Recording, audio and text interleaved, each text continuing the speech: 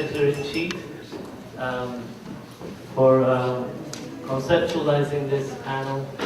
It's been a lot of work for him and his team, Ankara and DC. Thank you to all those who worked to bring this conference together, and thank you our participants, such distinguished participants. So I feel very lucky to be the moderator in this panel. I will not try to introduce them. They have really long resumes, so you can read it in the documents we distributed. So we will go in the same order.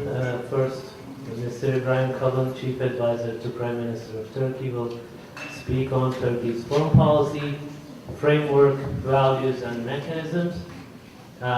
Then Ambassador Hydruddin Saman will speak on the Balkan interpretations of Turkish regional policy, and Trita Parsi will talk to us about Turkey and Iran relations post-Tehran Declaration, and Amjad Atallah from New America Foundation, Turkey and the Middle East Backing. Thank you very much, and I'll turn the table over to Ibrahim Kalin. Thank you, Kadir. First of all, I want to thank SETA and Inside Turkey for their kind invitation.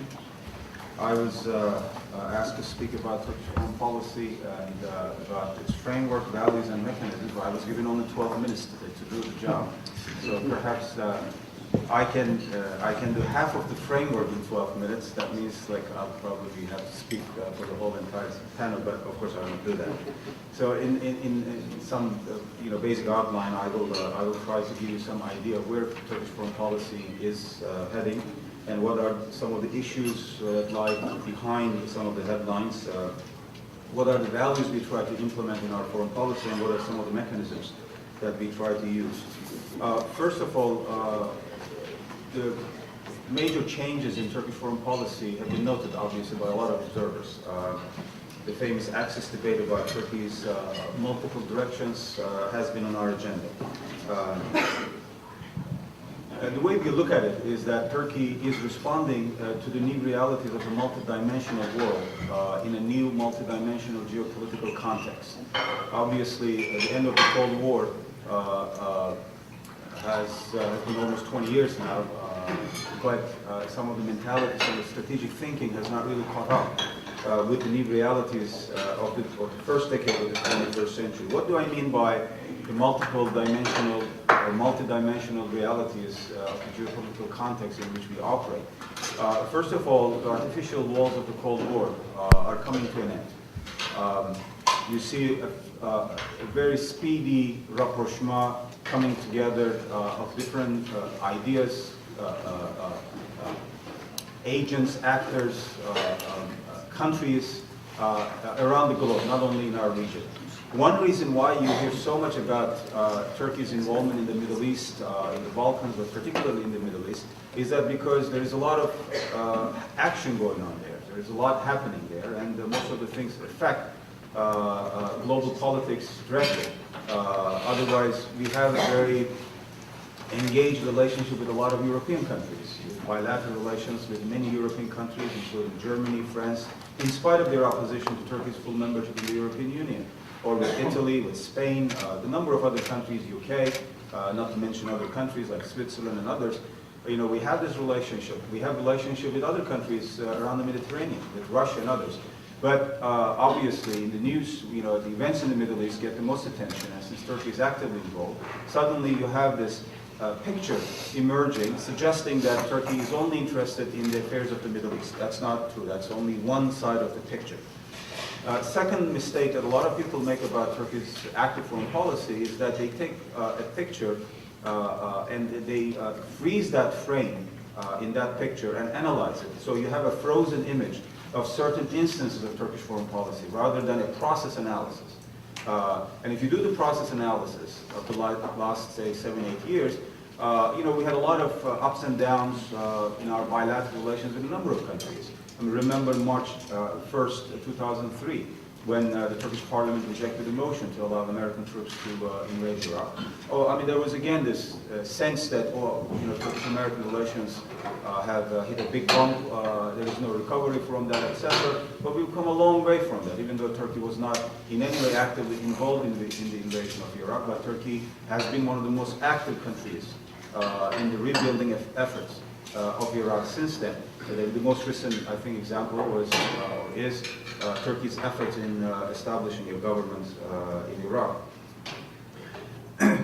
This multidimensional geopolitical context is something that is interpreted as an asset in Turkey, no longer seen as a threat or as an insurmountable challenge. What do I mean by this?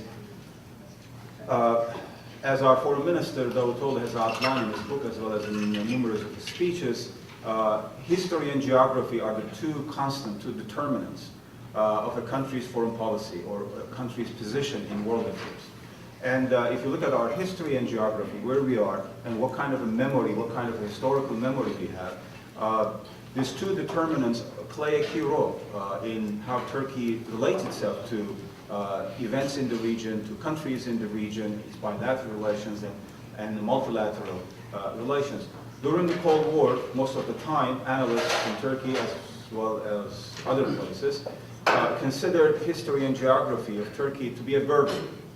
You live in the most dangerous part of the world. You hear the statement over and over again. To that, of course, we counter by saying that this might be the case for the last century or so, but the Middle East has also been home to some of the greatest civilizations in history.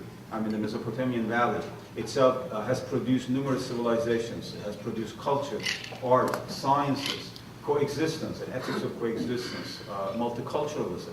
Some of these examples you see in the history of that region, and our focus is try to revive some of those values in our relations also with our neighbors.